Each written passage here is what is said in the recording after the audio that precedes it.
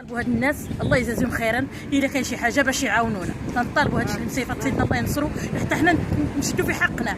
حنايا يشجعوا نمشيو نشوفوا محلاتنا ويشوفوا ولادنا ويشوفوا هاد الناس اللي معانا. وإلا قالوا لا واه الا قال لا لا واه يعطيو يصيفطونا غير شي رقاص يمشيو يطلعوا على ديورنا دابا اليوم. فايت استفدتوا من هاد الكارتيات؟ استفدنا فيها وحيدوها لنا. شحال هادي باش حيدوها لك؟ حيدوها لي دابا انايا كانوا موالفين يعطوني في العيد الكبير. شحال كانوا يعطيوك؟ عطاوني 8000 ريال في العيد الكبير. من فما ما كنتش حتى شي حاجه. وعندي اليتامى راهي في الدار في القصبه، ساكنه انا في القصبه ومعايا هاد الوليات كلشي ما فحالهم حتى شي حاجه.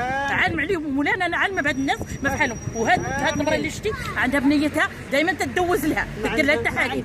وإلا قلت لها واه هادو بعدا اللي معايا الا قلت لها واه يلا درك وحده بوحده. واش كلهم كانوا ديجا خداو ولا ما قد خداو؟ انا ما عمرني استفدت. عمرها ما استفدت. عمرها ما استفدت. خدامه ديك الساعه هذه خدامه شدت معايا لا كتكلم معاش، ولكن ما شحال عام هذا كله اكثر. عمرها ما شدوا حتى شي حاجه. الراجل مات ما عندها وما فحالنا حتى شي حاجه.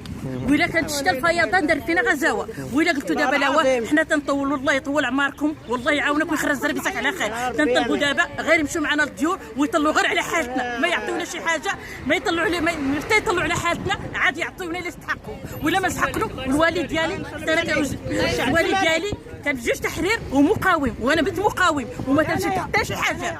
قلت له واه نجيب الوراق ودرك عايشه الملك والله يطول عمرك حتى نتايا والله ينصر جلاله الملك وعايشه الملك والله يحفظك الله يحفظك.